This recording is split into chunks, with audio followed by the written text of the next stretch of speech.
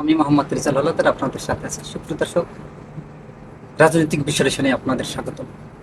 বাংলাদেশের 23তম রাষ্ট্রপতি হলেন মির্জা ফখরুল ইসলাম আলমগীর। আপনারা জানেন যে বিএনপি থেকে মির্জা ফখরুল ইসলাম মনোনীত হয়েছেন রাষ্ট্রপতি ক্যান্ডিডেটে, এবং বিরোধী দল থেকেও একজন ক্যান্ডিডেট দিয়েছে। 11 দলীয় ঐক্যজোট, জামাতের 11 দলীয় ঐক্যজোট থেকে দিয়েছেন কর্নেল অলি আহমেদকে। যাই হোক, আজকে 20 তারিখ সেই ভোট হয়েছে, সুষ্ঠুভাবেই ভোট হয়েছে। এতে নির্বাচিত হয়েছেন বিএনপির সাবেক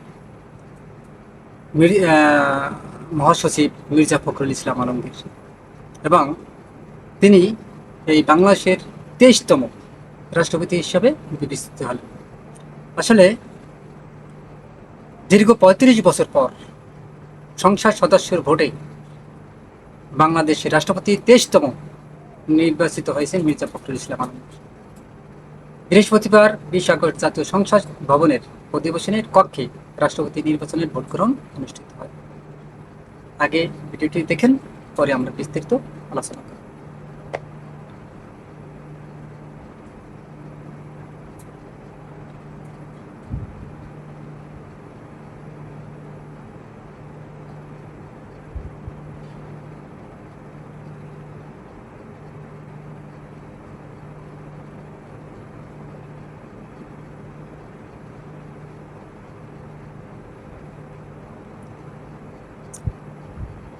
যাই হোক, তারপর এই নির্বাচন হওয়ার পর যখন যে মির্জা ফখরুল ইসলাম আলমগীর তিনি বিজয় লাভ করার পর বিরোধী দলের সাথে দেখুন আগে ভিডিওটি, পরে আমরা বিস্তারিত আলোচনা করব। কি কত ভোট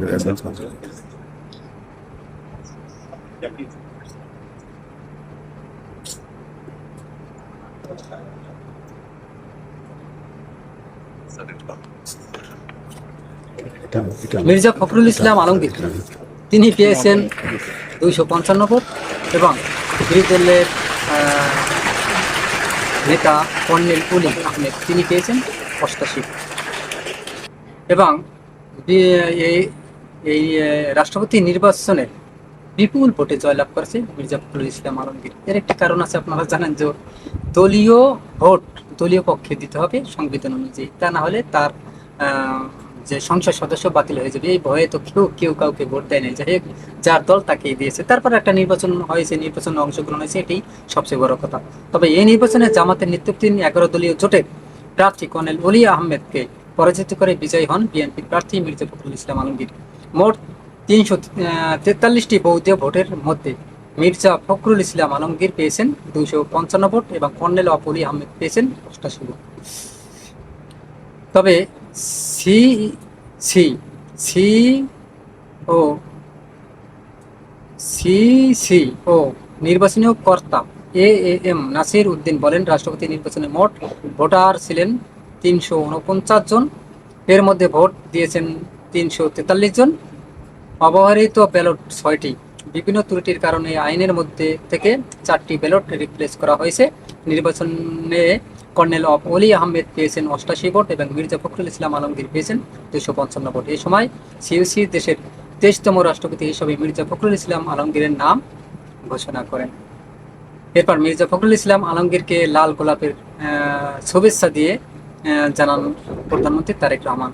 এরপর বিরোধী দল নেতা সহ অন্যান্য সংসদ সদস্যরা নতুন রাষ্ট্রপতিকে একে একে শুভেচ্ছা জানান।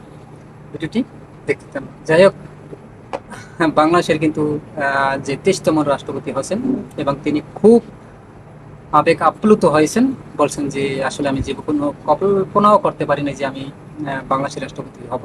যাই হোক, সুপ্রিয় দর্শক, নির্বাচনে জয়লাভ থাকবে, এটাই স্বাভাবিক। তবে আমিও মহামান্য রাষ্ট্রপতি নির্বাচিত হয় ফখরুল ইসলাম আলমগীরকে আমি আমার পক্ষ থেকে শুভেচ্ছা জানাচ্ছি। সুপ্রিয় দর্শক, আজকে পর্যন্তই। ভিডিওটি ভালো লাগলে আরএস বাংলা নিউজ 24কে সাবস্ক্রাইব করুন। এরকম নতুন নতুন ভিডিও পেতে বেল বাটন অন করুন। ভিডিওটি সবাইকে দেখার সুযোগ করে দিন, লাইক ও শেয়ার করেন। আজ এ পর্যন্তই। আসসালামু আলাইকুম ওয়া রাহমাতুল্লাহি ওয়া বারাকাতুহু।